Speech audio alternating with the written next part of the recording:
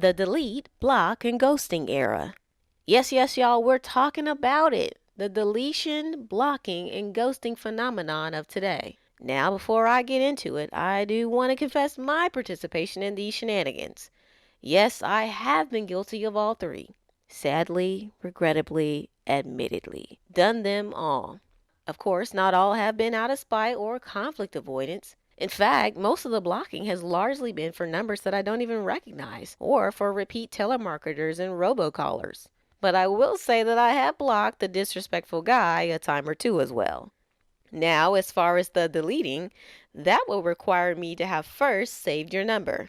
Now, for me to even get to the point where I feel you've made it to the contact saving phase means that I actually intend to build some level of relationship. I don't save random people's names or numbers or people I meet on a whim because I don't ever think that the encounter will go any further than that moment. Now, it is rare when I feel that it will, but even then, I still might not save your number. I might just type it into the notes section on my phone.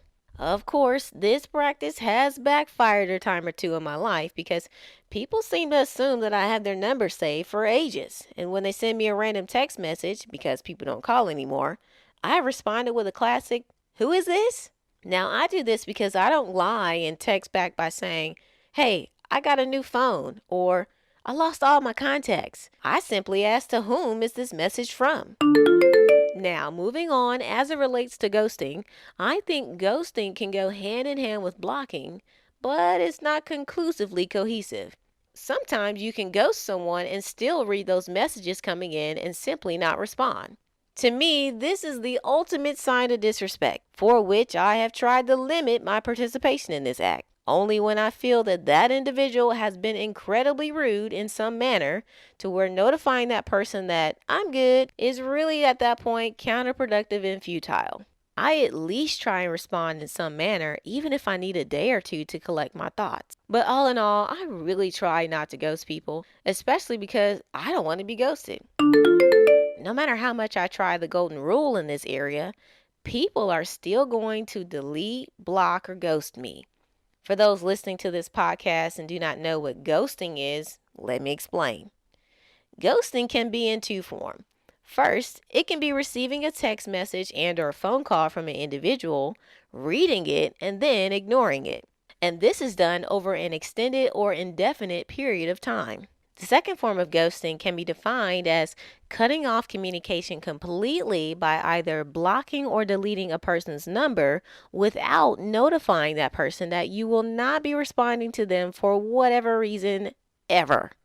Typically, this is the ultimate badge of conflict avoidance. When someone does this, rarely it's because they're just quote unquote busy, but it's because they lack the kahunas to communicate with that other person the issues that are prevalent in their relationship with that person. It's just easier to delete, block, or ghost someone than to conflict resolve.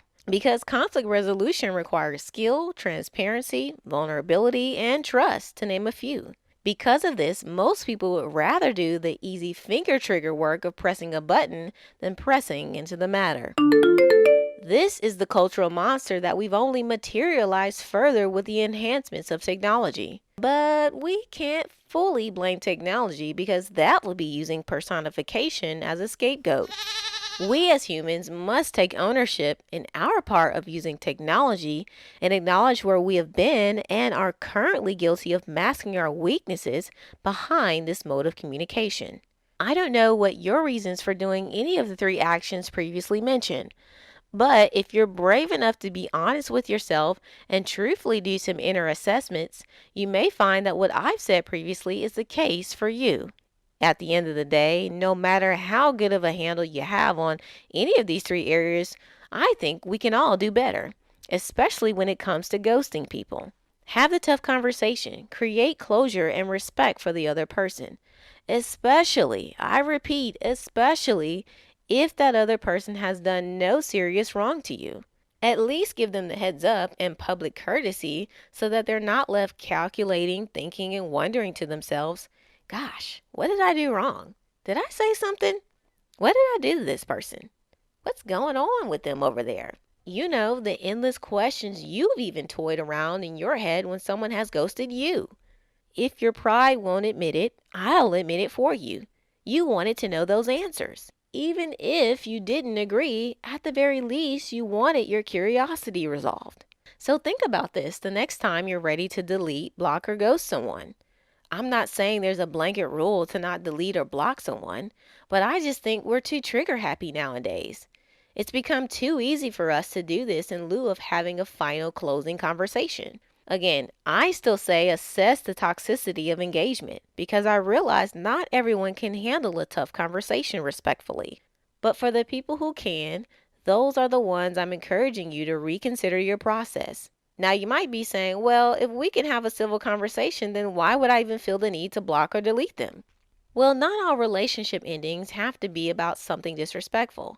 Maybe you've been wanting to end an acquaintanceship with someone that you've just not been on the same page with, but don't know how to tell them. Or maybe it's a new person you've been dating and you realize, there's really no need to proceed because we're not tracking with the same goals and mindsets.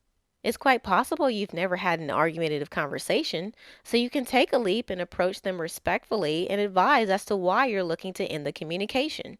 These are the people I'm referring to. Get my drift? Super. I've slowly but surely started to practice what I preach in this area, and while I must say that I'm not getting back what I put out, I sure do feel better internally. No matter how the situation turned out, I just really feel at peace about the closure I created. So I'm hoping to encourage someone today to do the same.